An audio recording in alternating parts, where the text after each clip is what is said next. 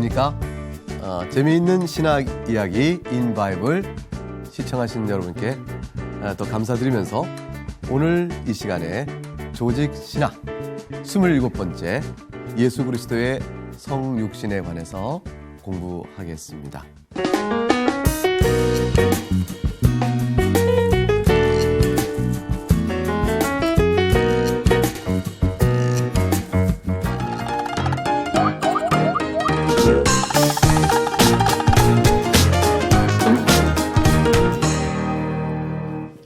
유대인들은 그리스도께서 오실 것을 유대인 나름대로 기다리고 있었어요.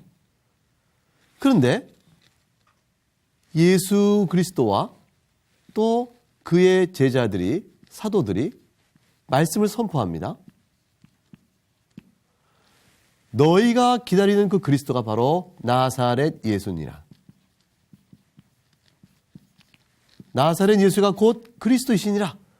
이렇게 말을 하니까 유대인들이 에이 아닐걸 하고 거부를 합니다.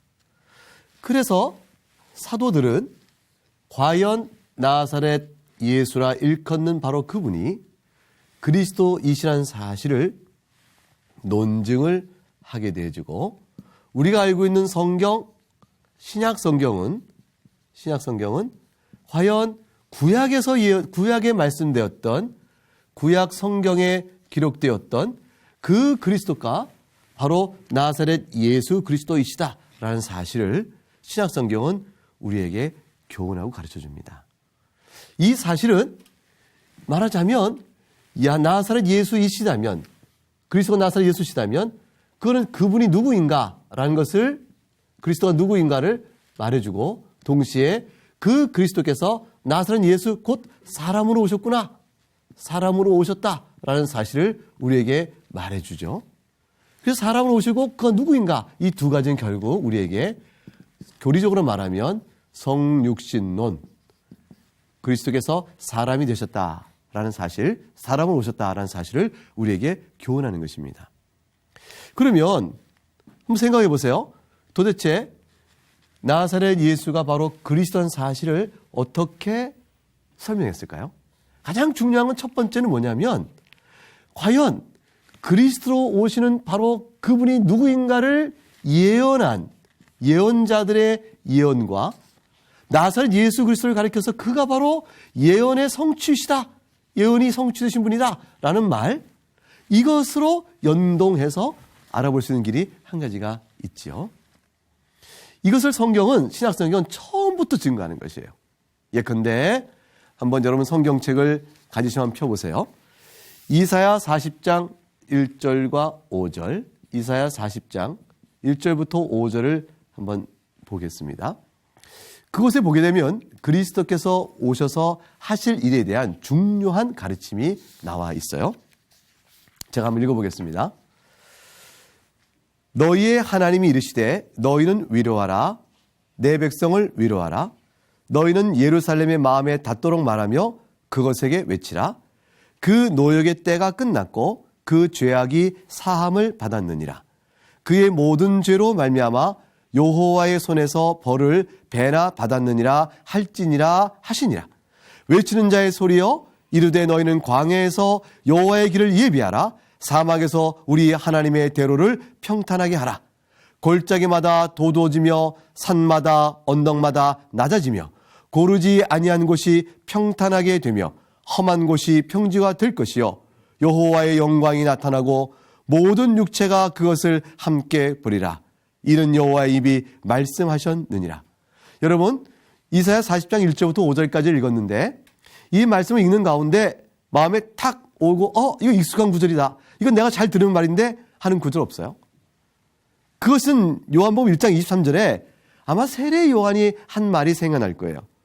이르되 나는 선지자 이사야의 말과 같이 주의 길을 곧게 하라고 광야에서 외친 자의 소리로 하니라. 광야에서 외치는 자의 소리라 말했던 세례 요한의 자기의 정체성에 대한 설명은 그냥 자기가 만든 말을 한 것이 아니고요, 이사야 40장에 나와 있는 그 예언의 말씀과 관련해서 한 말이에요. 이사야 40장 말씀에 보게 되니까 여호와의 길을 예비하라. 하나님의 대로를 평탄케 하라. 하나님의 영광이 나타날 것이라. 이런 말씀을 주고 있거든요. 여호와의 길을 예비하라. 그 대로를 평탄케 하라. 하나님의 영광이 나타날 것이라. 이거 관련해서 세례 요한은 당신 누구요? 물었더니 나는 그리스도가 아니요. 나는 선지자 이사야의 말씀하신 대로 광야의 길에서 하나님이 오실 그 일을 외치는 자라 부름받은 자요. 나는 광야에서 외치는 자의 소리요. 이렇게 말을 했어요. 그러면 세례 요한은 지금 분명 외치는 자의 소리로서 무엇을 내용으로 외치나요? 여호와의 영광이 이르렀다. 이 사실을 외치거든요. 마태복음 3장 3절에 이렇게 되어 있어요. 그는 선지자 이사야를 통하여 말씀하신 자라. 이르렀으되 광야에 외치는 자의 소리가 있어 이르되 너희는 주의 길을 준비하라. 그가 오실 길을 곧게 하라 하였느니라. 바로 선지자 이사야 40장에 말씀하신 그 내용의 성취가 세례 요한을 통해서 이루어지고 있습니다. 그럼 세례 요한이 성취됐다는 사실은요, 세례 요한으로 말미암아 증거받는 누가 오신다는 얘기죠? 그리스도. 세례 요한으로 말미암아 증거받는 그리스도가 오신다는 사실을 설명하고 있고, 세례 요한이 증거했으니 그의 증거대로 받은 그리스도가 이 땅에 오셨다는 사실을 중요하게 말하고 있어요. 세례 요한은 여호와의 영광의 나타나심을 예비하는 자라고 했습니다. 자, 그럼 세례 요한은 누구를 그리스도라 생각하여 그 증거를 하였을까요? 성경 다른 본문을 보겠습니다. 말라기서 3장 1절을 보겠습니다. 구약성경 마지막 책 말라기 3장 1절을 보면 기록되기를 제가 읽겠습니다. 만군의 여호와가 이르노라. 보라, 내가 내 사자를 보내리니 그가 내 앞에서 길을 준비할 것이요 또 너희가 구하는 바 주가 갑자기 그의 성전에 임하시리니 곧 너희가 사모하는 언약의 사자가 임하실 것이라. 시청자 여러분, 여기서 만군의 여호와가 이르노라. 보라, 내가 내 사자를 보낸다. 이 내 사자는요, 그 뒤에 나오는 언약의 사자, 너희가 사모하는 바 언약의 사자를 미리 앞에 나가 길을 준비하는 사자예요. 그러니까 말라기 3장 1절은 사자가 둘이 나오죠. 하나는 길을 예비하라고 먼저 보낸 사자가 있고, 그 예비한 사자를 통해서 증거를 받고 뒤에 오는 하나님이 보내시는 목적이 분명한 이스라엘 백성이 사모했던 언약의 사자가 뒤에 나옵니다. 그러면 앞에 나오는 내 사자, 미리 보내는 사자는 누구일까요? 여호와의 길을 예비하는 사자죠. 이사야 40장 말씀대로 바로 세례 요한의 말씀으로 이어져 가는 겁니다. 여호와의 길을 예비하라. 그 대로를 평탄케 하라. 그 사역을 맡는 광야의 외친 자의 소리. 그게 바로 말라기 3장 1절에서 언약의 사자를 보낼 터인데 미리 예비시킨 사자, 그가 되어집니다. 신약에 보니까 그가 바로 세례 요한이라 이렇게 되어 있는 것이에요. 그러면 언약의 사자는 무엇을 하는 분입니까? 언약의 사자에는 특별한 정체성이 드러나는데 말라기 3장 1절에 성전이 바로 그의 것이다 되어 있어요. 그의 성전에 임한다. 성전의 주인이시니까 그가 곧 하나님이시라는 사실을 매우 놀랍게 설명하고 있죠. 신분이 하나님이신 그분이 언약의 사자로 이스라엘과 맺으신 언약을 이루시기 위해서 이 땅에 오신다. 이와 같은 말라기 3장 1절의 신비한 예언적 사실이 신약성경 누가복음 1장 17절에 보게 되면 이렇게 설명이 되어 있는 겁니다. 누가복음 1장 17절, 굉장히 중요한 본문입니다. 제가 한번 읽어볼게요. 그가 또 엘리야의 심령과 능력으로 주 앞에 먼저 와서 아버지의 마음을 자식에게 거스르는 자를 의인의 슬기에 돌아오게 하고 주를 위하여 세운 백성을 준비하리라. 아버지의 마음을 자식에게 그리 거스르는 자를 의인의 슬기에 돌아오게 하고 주를 위하여 세운 백성을 준비하는 그분이 있다. 그분이 누구냐 했더니 엘리야의 심령과 능력으로 온다라고 되어 있어요. 그 엘리야의 심령과 능력으로 온 자, 엘리야가 먼저 와야 그리스도가 오신다라는 생각이 이해되고 있는 것이에요. 그런데 마태복음 10장 12절에 예수님께서 말씀하시기를 그 엘리야가 누굽니까? 라고 묻는 제자들에 대하여 내가 너에게 말하노니 엘리야가 이미 왔으되 사람이 알지 못하고 임의로 대우하였도다. 인자도 이와 같이 그들에게 고난을 받으리라 하니라. 예수님께서 말씀하시기를 광야에서 외치는 자의 소리가 있어야 되고 엘리야의 심령과 능력 오는 자가 있어서 그리스도를 증거한다 했는데 그 자가 이미 왔다 그랬어요. 누군가 했더니 제자들이 알기를 세례 요한을 말씀하시는 거구나 알았다고 되어 있어요.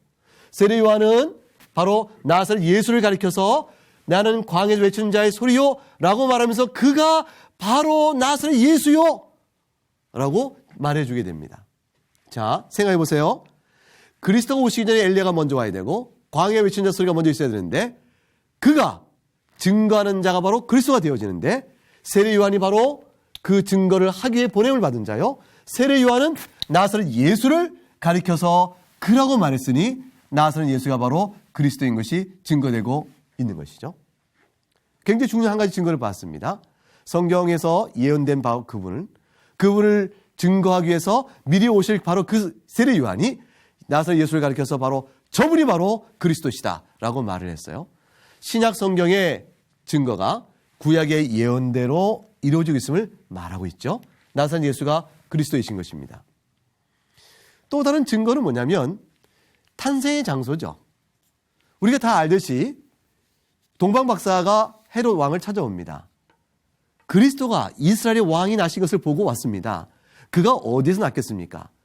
그래서 헤롯 왕이 유대인의 박사들 다 불러 모아놓고 자 너희가 찾아봐라 했더니 그때서 메시아 오심에 대한 생각을 까마득히 잊어버리고 있었던 이스라엘이 소동을 벌이게 되죠. 그리고 그들이 찾아낸 곳이 뭐냐면 성경을 보니까 베들레헴임을 알게 되어집니다. 어떻게 베들레헴임을 알 수 있게 됐을까요? 그것은 미가서 5장 2절의 말씀입니다. 베들레헴 에브라다야 너는 유다 족속 중에 작을지라도 이스라엘을 다스릴 자가 네게서 네게로 나올 것이라. 그의 근본은 상고의 영혼에 있느니라. 유다 족속 중에 네가 작을지라도 이스라엘 다스릴 왕이 나올 터인데 그의 근본이 상고요 영혼에 있으니 그 근원이 상고 아주 오랜 태초에 그 영혼에 있는 분, 근원이 영혼에 있는 분은 하나님 한 분밖에 없잖아요. 신비로운 그분이 신적 존재와 신분을 가지시고 오신다. 어디에서 오신다? 베들레헴. 그래서 그리스도가 이 땅에 오셨다면 베들레헴에서 탄생하실 것이라고요. 근데 나사렛 예수가 그리스도냐? 라고 물을 때 과연 그리스도라면 나사렛 예수는 베들레헴에서 탄생하였는가? 이 질문의 답이 그렇소! 라고 나와야 하는 것이죠.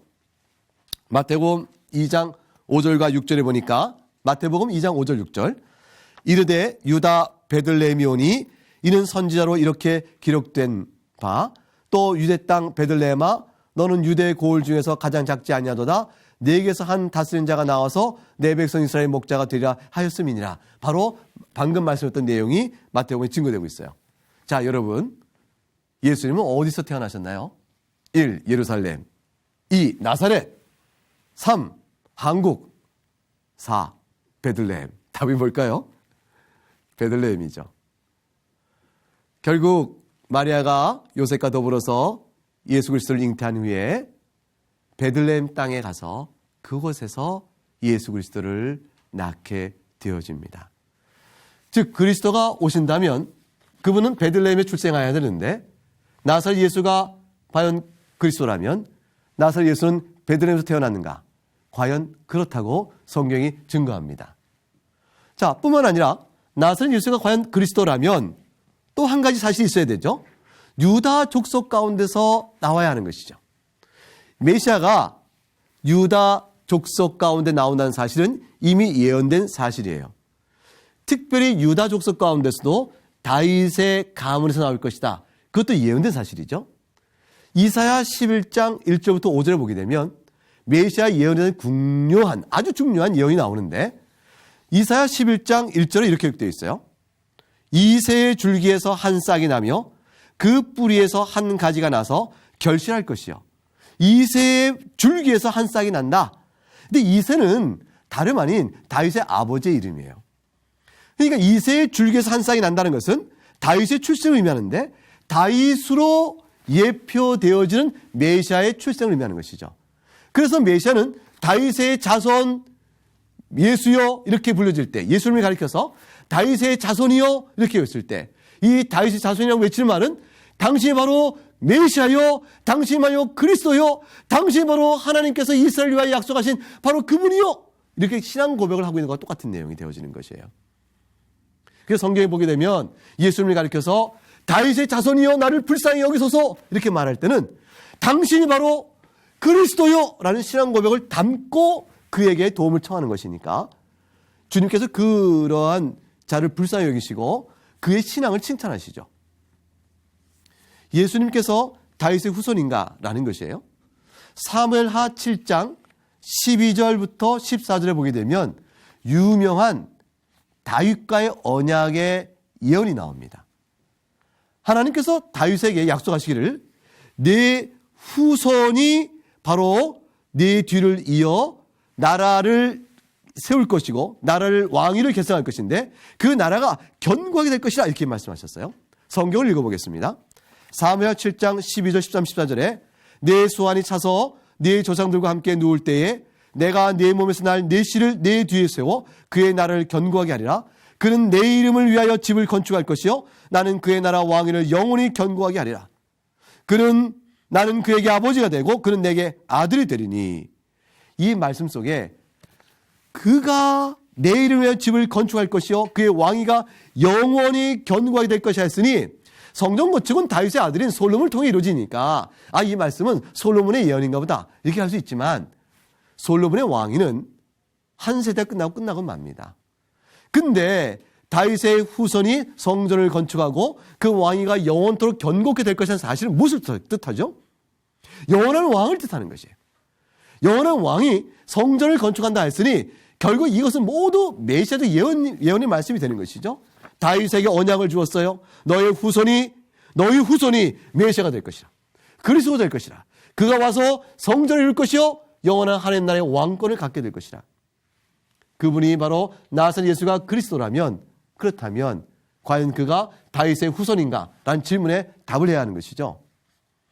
그래서 신약성경을 처음 탁 열면 제일 먼저 나오는 책 마태복음 1장 1절이 뭐라고 기록되어 있을까요?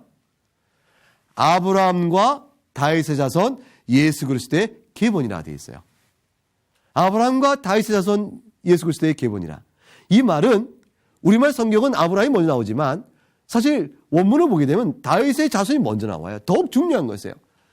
왜냐하면 그리스도는 다윗의 자손인데 예수 그리스도의 계보를 말하면서 첫 줄에 아브라함과 다윗의 자손 예수 그리스도의 계보냐 말하면서 예수님이 다윗의 후손으로 왔음을 천명하고 있는 것입니다.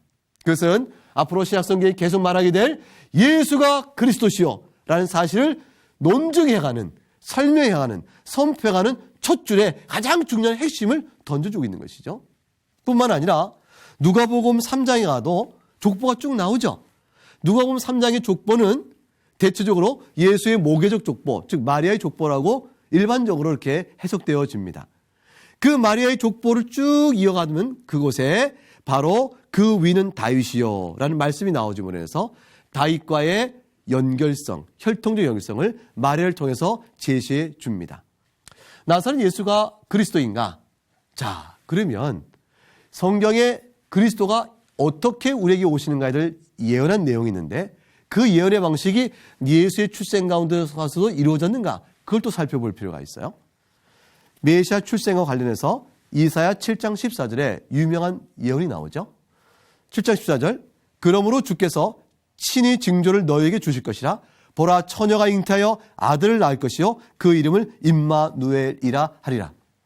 이사야 7장 14절에 나온 예언의 말씀은 예수 그리스도께서 즉 그리스도께서 이 땅에 오실 때 그가 임마누엘 하나님이 우리와 함께 하시도록 언약 백성을 하나님 사이에 묶어 화목케 하는 일을 하실 것임을 증거하는데 그 증거하신 그리스도의 출생이 처녀에게서 잉태될 것이라고 말씀합니다. 과연 예수님의 출생이 처녀 출생인가? 그것이 이루어져야 그리스도가 되는 것이죠.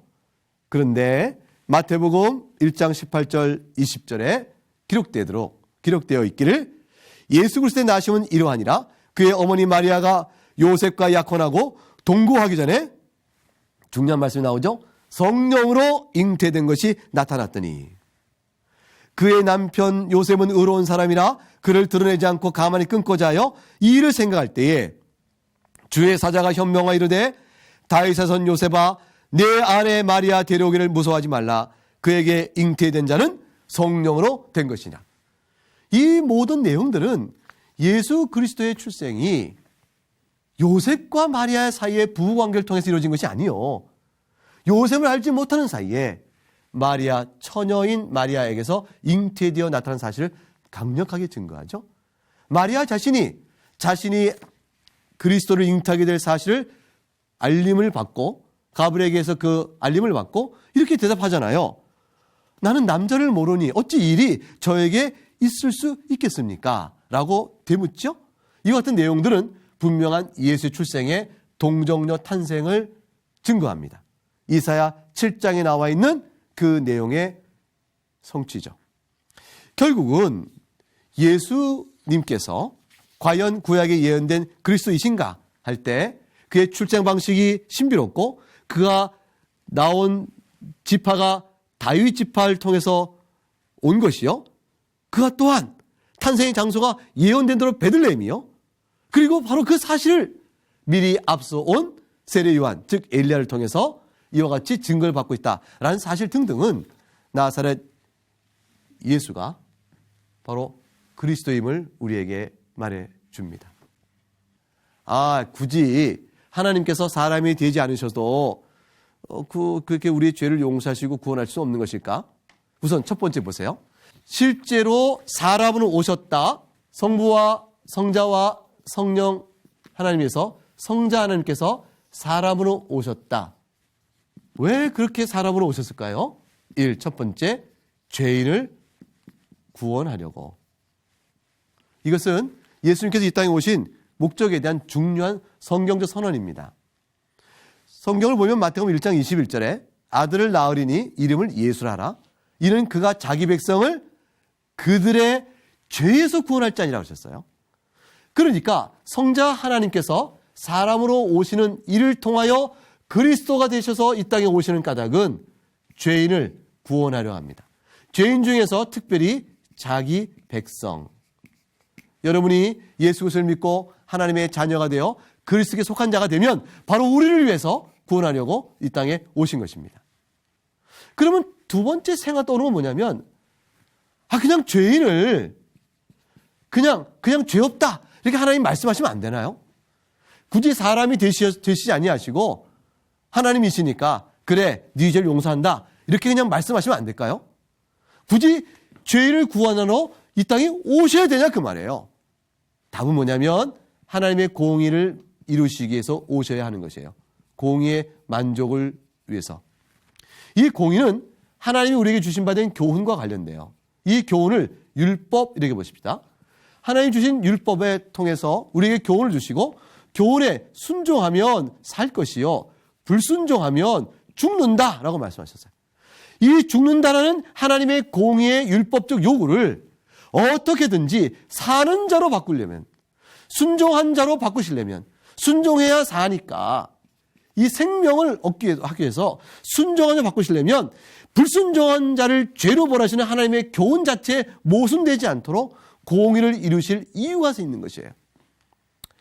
결국 구원 사건은 하나님과 우리 사이 속에서 죄인된 우리를 의인으로 바꾸시는 일입니다.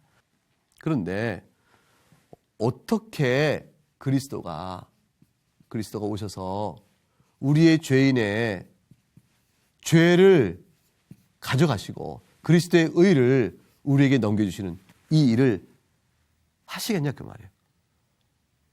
만약 그리스도가 그냥 사람이기만 하면 순전히 사람이기만 하면 그가 우리에게 의를 넘겨줄 수 있을까요? 불가능한 일이죠. 사람으로서 자기 죄를 어떻게 감당할 것이며 그리스도는 죄가 없으시다 할지라도 그가 사람이면 죄가 없으니까 자신은 구원하겠지만 여러분과 나 자기 백성을 구원하실 일을 어떻게 하시겠냐 그 말이에요. 그가 사람이시면 그의 죄는 어떻게 할 것이며 죄가 없다 할지라도 죄가 없을 수 있죠. 사람이라도 없다 할지라도 그가 자기는 구원하겠지만 어떻게 자기 백성을 다 구원하겠는가. 그럴 때에 그가 무지한 분으로서 자기를 구원할 뿐 아니라 자기 백성조차도 다 구원하실 수 있기 위하여 그는 또한 하나님이셔야 되는 것이에요.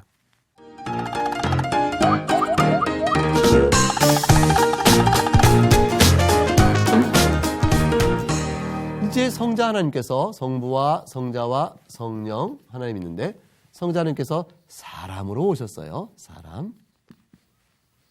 사람 오셨는데 사람으로 오신다는 이야기는 아까 우리가 말한 대로 마리아의 몸에서 동정녀 처녀 동정녀 잉태가 되셔서 그래서 출생을 하셨죠.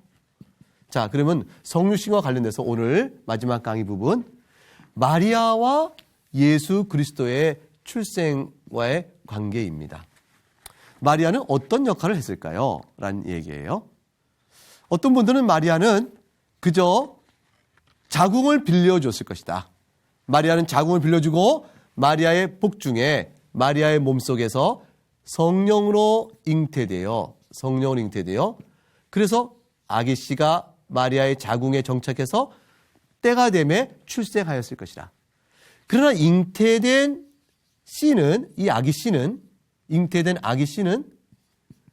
마리아는 아무 상관이 없을 것이다 라는 의견이 하나 있었어요. 자, 마리아와 예수 그리스도의 잉태된 아기 씨는 아무 상관이 없다 아니 상관이 있다, 이 두 가지 견해가 있게 되었어요. 상관이 없다라는 것은 뭐냐면 마리아는 그냥 시험관이다, 시험관, 또는 그냥 마리아는 태만 빌려줄 뿐이다 라는 것이고, 상관이 있다라는 것은 아니야 마리아의 모태의 몸의 실체를 취하셨다. 몸의 실체를 취했다는 것은 뭐냐면 일종의 마리아의 몸을 가지시고 그거를 성령께서 사용하여 잉태하신 것이다, 그것이죠. 자, 그러면 마리아의 몸의 실체를 사용했다면 요즘 생물학적인 우리 지식을 보게 되면 예수님은 마리아와 DNA가 어떻게 해요? 친모, 자식의 관계가 확인되어지겠죠. 그래서 예수님은 마리아를 닮았다 이렇게 볼 수도 있겠죠. 마리아와의 생물학적 연결이 있느냐 아니면 마리아와의 생물학적 연결이 없느냐. 마리아의 모태에 잉태된 예수 그리스도의 아기 씨는 어떻게 된 것이냐라는 것으로 논의가 이어져 온다면 중요한 사실 고백을 할 게 있어요. 그래서 뭐냐면 마리아의 몸과 상관이 없다가 아니고 마리아의 몸의 일부를 취하여 기적적 출생했다는 것이 바른 이해입니다. 이건 굉장히 중요한 사실이에요. 마리아의 몸의 일부를 취했다는 사실에 대해서 아니오라고 말했던 사람들은 어떤 걱정을 했냐면 마리아의 몸에서 태어난다고? 마리아의 몸? 그런 원죄가 있는데 마리아의 원죄가 예수님에게 전달됐다고 봐야 되는 거 아니냐? 왜냐하면 마리아의 몸을 통하여 원죄가 이어지고 그것이 예수님께 전달될 테니까 이런 식의 걱정을 한 것이죠. 그런데 이것은 잘못된 걱정이에요. 그래서 그들은 뭐냐면 마리아 몸에 마리아와 상관없이 예수님이 태어난다 이렇게 생각했어요. 자, 그러면 마리아의 몸과 상관없이 예수님이 태어난다면 어떤 문제가 생기냐면 마리아는 사람인데 마리아의 태를 이용했지만 마리아의 복중에 잉태된 분은 우리 아담 이후의 후손인 우리와 아무 상관이 없게 되어져요. 그분이 아담 이후에 우리가 지은 모든 원죄와 자범죄를 대신 짊어질 우리와의 연결이 끊어지게 되어지는 것이에요. 근데 예수님은 우리와 형제됨으로 우리 일컬음을 받기를 부끄러워하지 않으신 분이거든요. 그렇기 때문에 예수 그리스도께서 우리와 다른 또 다른 종류의 인간으로 새롭게 창조함을 받아 마리아의 태에서 태어났다 이렇게 보면 안 되는 것입니다. 마리아의 몸의 일부를 취함으로 계보적 아까 말씀드렸죠? 예수님께서 약속된 그리스도이려면 그리스도의 예언된 그 혈통적 가문의 연속성이 있어야 되는데 유다 지파요 다윗의 지파로 연결돼야 하는데 그 연결성은 마리아의 태중에 새롭게 창조되는 것이 아니라 마리아의 몸의 일부를 취함으로 인해서 실제 생물학적 고리를 연결해 가시도록 이어져 갑니다. 그럼 원죄는 어떻게 될까요? 원죄는 걱정할 필요가 없어요. 예수님께서 사람으로 오셔서 마리아에 태어나지만 생각해 보세요. 인성을 갖는다는 것은 죄성을 필연적으로 갖는 것은 아니에요. 이건 필연적으로 갖는 건 아닙니다. 왜냐하면 아담과 하와는 완전한 인간이었지만 만들어질 당시 그 당시에는 우리와 같이 원죄를 갖고 있는 것이 아니었거든요. 아담과 하와를 생각해 보세요. 태초의 아담과 하와는 죄란 것이 없이 만들어졌잖아요. 인성이란 것은 죄성을 필연적으로 갖고 있는 것이 아닙니다. 그럼 죄성은 어떻게 오게 됐죠? 죄를 범한 다음에 타락 이후에 죄성이 부과되어진 것이에요. 그러니까 예수 그리스도께서는 순전한 사람이지만 완전한 사람이지만 죄가 없는 인간으로 오실 수가 있는 겁니다. 즉 성령으로 잉태되셔서 예수님께서는 마리아의 몸의 일부를 취하여 우리와 연속적인 인간으로 오시지만 원죄가 없이 순전한 인간으로 오신 것이에요. 그래서 올바른 신앙 고백을 우리 신앙의 선조들은 올바른 신앙 고백을 다음같이 고백을 해놨습니다. 벨직 신앙 고백서는 이렇게 고백을 했어요. 제가 한번 읽어볼 테니까 한번 잘 들어보세요. 그리스도는 육체를 좇아 다윗의 허리의 열매이며 육체를 따라 다윗의 씨에서 나셨으며 처녀 마리아의 태의 열매이며 여인에게 나셨고 다윗의 가지이며 이새의 줄기에서 난 싹이며 유다 지파에서 나셨으며 육신을 따라 유대인들에게서 나셨으며 아브라함의 씨를 취하셨으니 아브라함의 씨에서 나셨다. 그러므로 그리스도는 모든 점에 있어서 형제들과 같이 되셨으나 죄는 없으시다. 어떻게 신앙 고백했죠? 처녀 마리아의 태의 열매이며 여인에게서 나셨으며 육신을 따라 유대인에게서 나셨으며 이렇게 설명하고 있습니다. 하이델베르크 요리문답도 이렇게 설명합니다. 들어보세요. 그는 성령으로 잉태되어 동정녀 마리아에게서 나시고 라는 고백이 뜻하는 바는 성자 하나님께서 동정녀 마리아의 혈과 육으로부터 참된 사람의 본질을 취하셨으며 이런 일은 성령 하나님께서 행하신 일임을 뜻하며 그 결과 그는 다윗의 참된 후손이 되셨으며 죄를 짓지 않으셨다는 면을 제외한 다른 모든 면에서 그의 형제들과 같이 되셨음을 뜻합니다. 중요한 얘기 나오죠?